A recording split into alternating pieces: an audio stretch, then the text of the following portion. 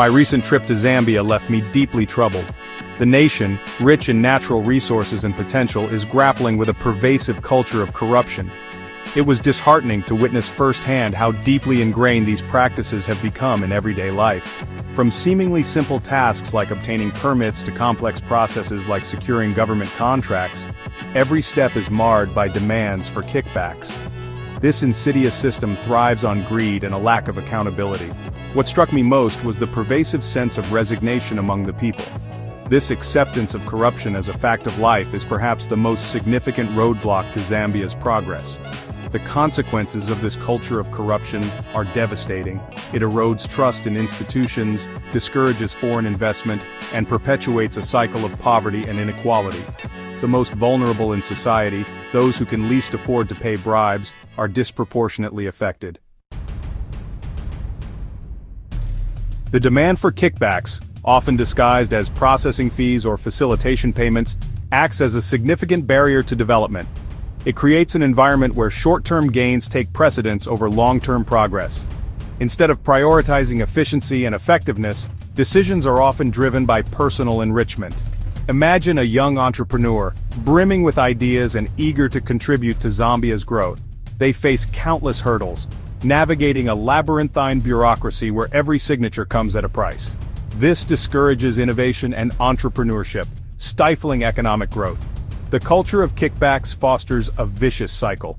Officials, accustomed to supplementing their incomes through illicit means, become less motivated to perform their duties effectively. This perpetuates inefficiency and incompetence, further hindering progress. Zambia's energy sector offers a stark example of how deeply entrenched corruption hinders progress. The country, despite having abundant natural resources, faces persistent energy deficits.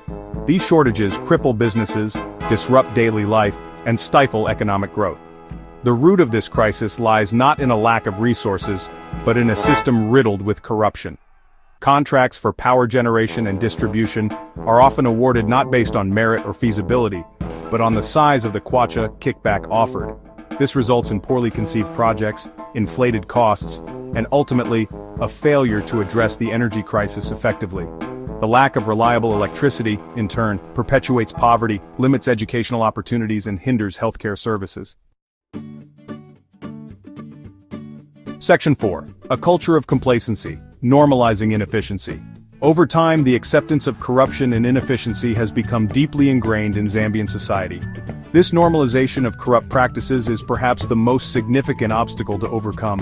It is a collective failure, a societal malaise that requires a fundamental shift in attitudes and behavior.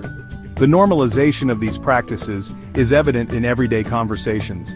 People openly discuss bribes as a necessary evil, a transactional cost of doing business. This acceptance breeds apathy and resignation, making it even more challenging to combat corruption effectively. This culture of complacency allows corrupt officials to act with impunity. The lack of accountability emboldens those in power, perpetuating a system where personal gain trumps the collective good. Section 5. A brighter path towards transparency and accountability. Breaking free from this cycle of corruption and inefficiency requires a multi-pronged approach. Grassroots movements that empower citizens to demand accountability are crucial. Investigative journalism can play a vital role in exposing corruption and holding those in power accountable. Strengthening institutions, promoting transparency in government contracts, and enforcing strict penalties for corrupt practices are essential. This requires political will and a commitment to good governance.